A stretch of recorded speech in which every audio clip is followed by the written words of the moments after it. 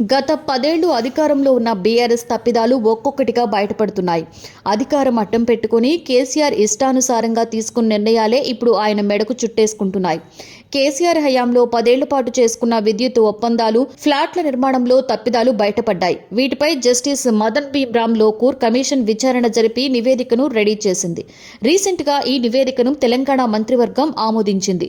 ఈ నిర్ణయాలలో కీలక పాత్ర పోషించిన మాజీ సీఎం కేసీఆర్ తో పాటుగా ఇతర పాత్రదారులపైన చర్యలు తీసుకోవాలని మంత్రివర్గం నిర్ణయించింది. ఇక విద్యుత్ ఒప్పందాలతో పాటు ప్లాంట్ల నిర్మాణంలో జరిగిన ఒప్పందాలపై జస్టిస్ మదన్ కమిషన్ రెడీ చేసిన నివేదికను ప్రస్తుతం కొనసాగుతున్న అసెంబ్లీ సమావేశాలలో ప్రవేశపెట్టాలని కేబినెట్ తీర్మానించింది. నివేదికపై సభలో విస్తృతంగా చర్చించిన తరువాత మాజీ సీఎం కేసీఆర్ పై తీసుకునే చర్యలకు సంబంధించి అసెంబ్లీ సాక్షిగానే ప్రకటన చేయనుంది ప్రభుత్వం. దీని ఆధారంగా కేసీఆర్ తో సహా పలువురిపై కేసు నమోదు చేసే అవకాశం ఉన్నట్లుగా కూడా అధికార వర్గాలు తెలిపాయి. నిన్న జరిగిన కేబినెట్ మీట్లో ప్రధానంగా విద్యుత్ కమిషన్ నివేదికపైనే సుదీర్ఘంగా చర్చ జరిగింది. 10 ఏళ్ల కాలంలో కేసీఆర్ డిస్కంలను ఆర్థికంగా కుప్పకూల్చారని, ఆయన మెప్పు కోసం విద్యుత్ సంస్థలు మునుగుతున్న అధికారులు పట్టించుకోలేదని కమిషన్ తేల్చేసింది. విద్యుత్ కొనుగోళ్లు, పవర్ ప్లాంట్ల నిర్మాణంలో తీసుకున్న నిర్ణయాలతో రానున్న 25 ఏళ్ల పాటు తెలంగాణ సమాజం మూల్యం చెల్లించుకోవాల్సిన పరిస్థితి ఏర్పడిందని కమిషన్ అభిప్రాయపడింది.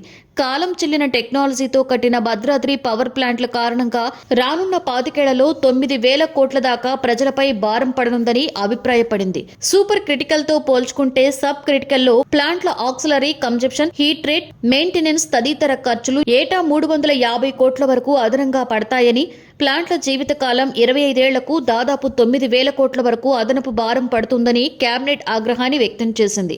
ఇక ఛత్తీస్గఢ్ తో చేసుకున్న విద్యుత్ కొనుగోలు ఒప్పందంతో కూడా 3,642 కోట్లు నష్టం జరిగిందని నివేదిక తేల్చింది. ఒక యూనిట్ విద్యుత్తును తొలుత ₹3.60కే కొన్న ప్రభుత్వం ఆ తరువాత ఇంధన సర్దుబాటు పేరిట ₹7కు కొనడాన్ని కేబినెట్ తప్పుపట్టింది. 1000 మెగావాట్ల కరెంటును తీసుకోవడానికి ఛత్తీస్గఢ్ తో ఒప్పందం చేసుకున్నా దానికి తగినట్లుగా ఆ రాష్ట్రం కరెంట్ ఇవ్వలేదని కమిషన్ తేల్చింది. దాంతో ఓపెన్ యాక్సెస్ లో కొనుగోలు చేయవలసి వచ్చిందని, ఫలితంగా 2,000 కోట్ల అదనపు భారం తెలంగాణపై పడిందని కమిషన్ రిపోర్ట్ ఇచ్చింది ప్రభుత్వానికి. ప్రభాత సూర్యుడు జాతీయ తెలుగు దినపత్రిక. ప్రతి అక్షరం నిజం వైపు. నిజం దాగదు, వార్త ఆగదు.